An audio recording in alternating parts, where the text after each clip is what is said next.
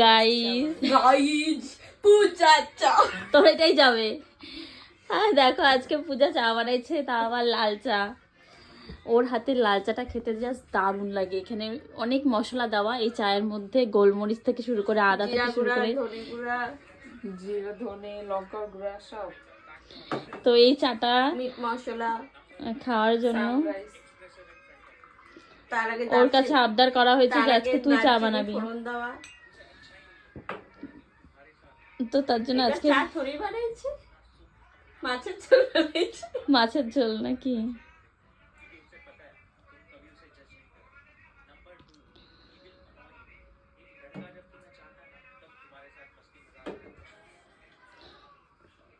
লাল চাটাও ব্যাপক বানায়, তার জন্য আজকে ওর কাছে বলা হয়েছে তুই বানাবি আজকে চাটা। তুই বক বক করিস না তো। বুঝে চায়ের সাথে টা দিবি না, চায়ের সাথে টা দিবি না, চায়ের সাথে কিছু খাইতে দিবি না। কি রে এত মাল মশলা দিলাম তারপরে তো চায়ের সাথে টা লাগে। হ্যাঁ দে না, ভাইকে ফোন করে আসতে বলি।